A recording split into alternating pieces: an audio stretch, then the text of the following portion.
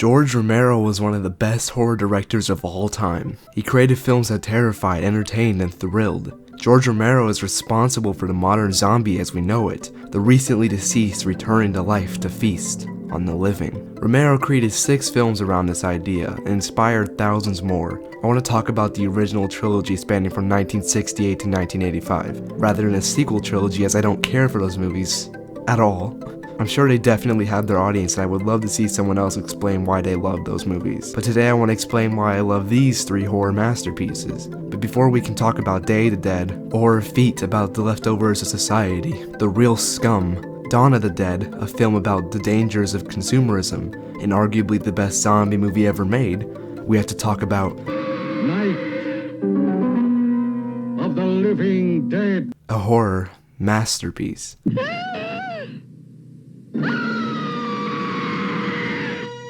Let me tell you a story. George Romero, he's kinda a nobody. He's a dude who makes funny commercials about space explorers entering a washing machine. He also worked on Mr. Rogers' fucking Neighborhood. This guy is no filmmaker. There's no way in hell he could possibly make a real film and a good one. And then, he did.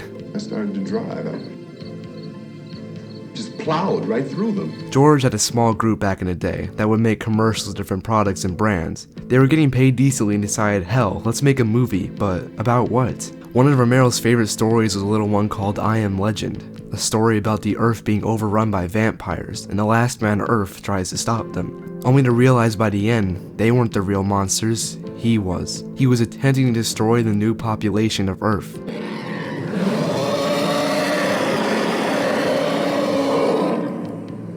He learns that you can't stop the world from changing, despite how stubborn the human race might be, and he dies.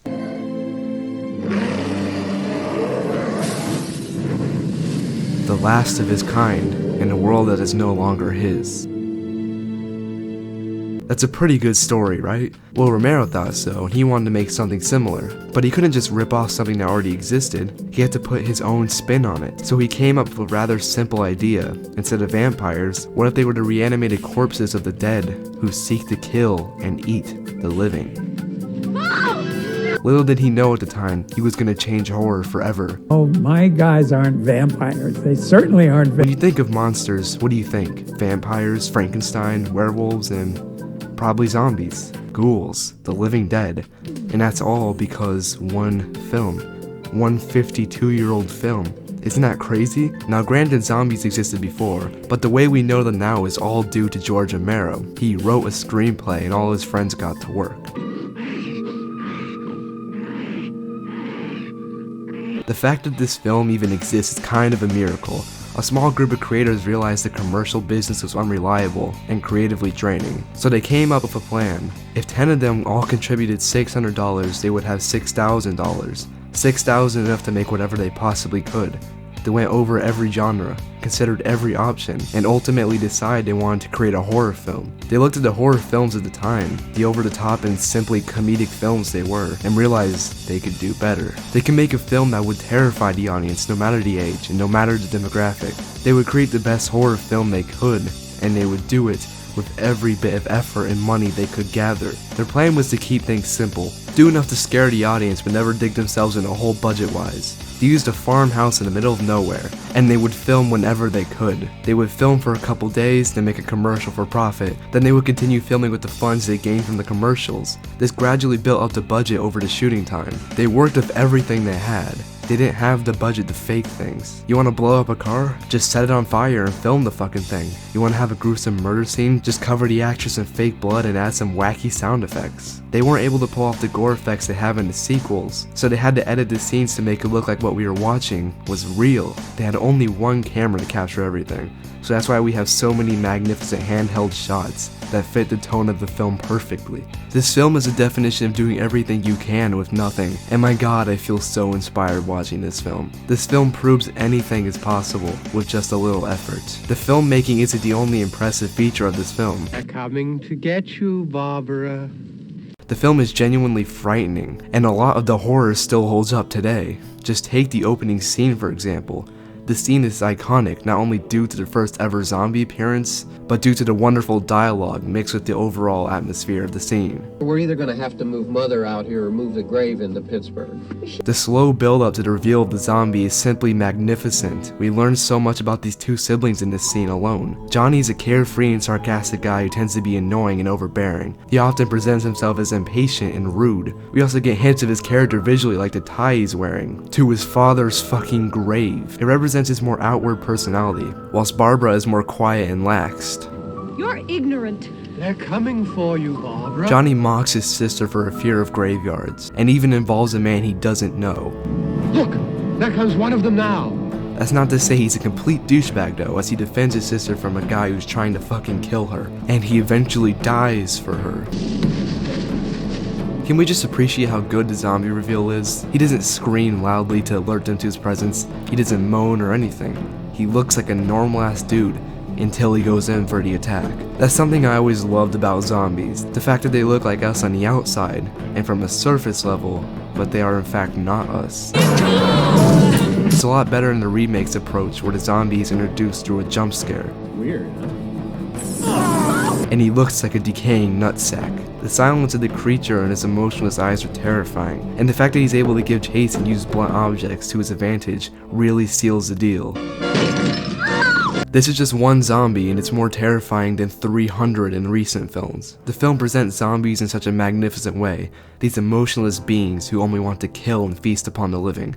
It's quite unsettling to watch them shuffle through the fields. George Romero takes a fantastic premise and a horrifying atmosphere and makes a genuinely great story, presenting amazing things about the human race and what people become in times of crisis. They didn't move, they didn't run or...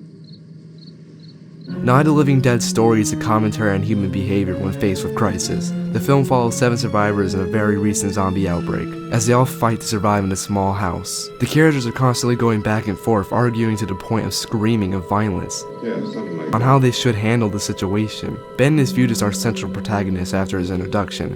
When Barbara arrives at the house, she goes into shock and isn't able to cope with the death of her brother. She spends a lot of time in shock and panic, whilst Ben tries to calm her down. I think the relationship represents survival of the fittest in some ways. Ben is able to keep his composure and do what is necessary to survive, but Barbara is not. He spends a lot of the film looking after her and keeping her safe, similar to how most people would act in this situation. We all have people who we want to keep safe, and we understand completely why Ben wants to help this girl even if it puts him at risk. A lot of us wouldn't want to be responsible for another person's death, but not all of us would be willing to risk our lives to help those who need it. This is what I believe makes Ben a good protagonist. He's not a perfect human being, but you can tell he has a good heart, even though the crisis at hand is clearly having a toll on him. Then there's Barbara, who acts as the audience's vessel into the world, but that's about it. My biggest problem with the movie is the lack of actual female characters. The ones that are in this movie don't really do much, and that's unfortunate. I don't think Romero was writing these characters from a sexist perspective, but he did state in interviews 10 years later that he realized while working on Dawn of the Dead that the female characters shouldn't just be there to scream. But nonetheless, Barbara left a lasting impression on the audience for years to come, and is still a horror icon today. Tom and Judy are kind and willing to help. All they want to do is get back to their family and keep each other safe. Their main focus is each other. And this is also the reason for their downfalls. Tom presents himself as a guy who's battle ready. He's able to withstand the horrible situation, because that's what Judy needs him to be. She makes it clear that she's not coping well, and that worries Tom. He would never consider her a burden or a nuisance, but it's very possible that she could get both of them killed. When Ben and Tom decide to fill the truck, Judy becomes extremely worried. Tom attempts to calm her, to hide away the fear that is very much present in himself. He tries to convince her that everything will be okay, but he's having trouble believing in himself. We've got to do something, and fast. You can see in his eyes that he's terrified. He knows he can't show it, or rather he thinks he can't. Him and Ben go to refill the truck, only for Judy to rush outside to Tom in a moment of fear. The three of them reach the roadside pump only to find they grabbed the wrong key from the house. Unwilling to give up and accept the fact that they're stranded, accept the fact that they might have to die, Tom shoots the gas tank and accidentally starts a fire. He tries to drive away, but it's already spread to the truck's gas tank. He flees the truck, but Judy gets stuck. Come on, come on. I He knows he needs to hurry, he knows he might die, and he's willing to accept that because he can't let Judy go. He can't let her go because she represents everything he loved about his life, and everything he'd be losing. She is his humanity, and he will not let his humanity go.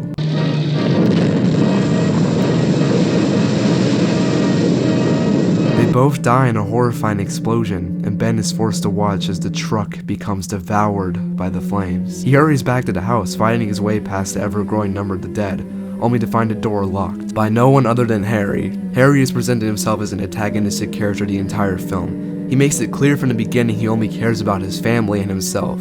This completely collides with Ben's views. Harry is your average, fearful, selfish American. As soon as times get tough, he's willing to step on others to get his way. Ben and him almost immediately start fighting for power in the house, constantly going back and forth throughout the film. We gotta risk our lives just because somebody might need help, huh? Yeah, something like that. Tensions are extremely high the entire time, and are only made worse by this moment. As Ben is locked outside, he desperately bangs on the door, calling out for any help he can get. But Harry just stares, considering not to let him in at all. Ben kicks the door in, and after boarding it back up, he beats the living shit out of Harry. This only makes the tension in the house worse. Ben is the only one with a gun, and Harry sees that as a threat. The dead begin to tear the house apart, and Harry uses this as an opportunity to steal the gun from Ben. The two of them fight for a second, trying to desperately wrestle the gun away from the other man. Ben wins the conflict and doesn't hesitate to shoot Harry in the stomach, making a hard but necessary choice, proving his want to survive and his ability to do the unthinkable. Harry crawls downstairs and dies by his daughter's side in a shocking and memorable scene. Harry's wife Helen makes her way downstairs and finds her daughter eating the remains of her husband. In a horrifying and heartbreaking moment, Helen's once beloved daughter grabs a tool and stabs her mother to death.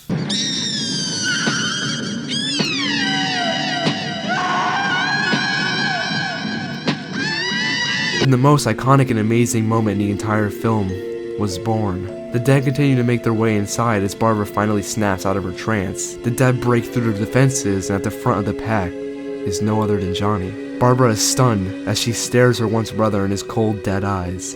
He grabs her, pulling her outside and killing her as Ben is forced to watch. The dead rummage through the house, surrounding Ben, who retreats into the basement in an ironic moment. He deals with Harry and Helen's reanimated corpses and sits in the corner, awaiting his death. After several hours, the dead clear out the house as a group of local hillbillies make their way through. They kill the remainder of the dead and come across Ben, the only one lucky enough to survive the situation, to survive the night, and they kill him. It's a tragic but poetic end to our lead character, and this marvel of a film. Night of the Living Dead is a horror masterpiece that still holds up to this day. It managed to terrify thousands and birthed the now infamous zombie. I fucking love this film and the fantastic mind behind it, and I will cherish it until the day I die. I think this film is almost perfect, but you know what? Its sequel is even better. You alright? Richard actually jokes with me about saying that I stole his idea. And I keep saying, no, my guys aren't vampires. They certainly aren't vampires. They're not even zombies.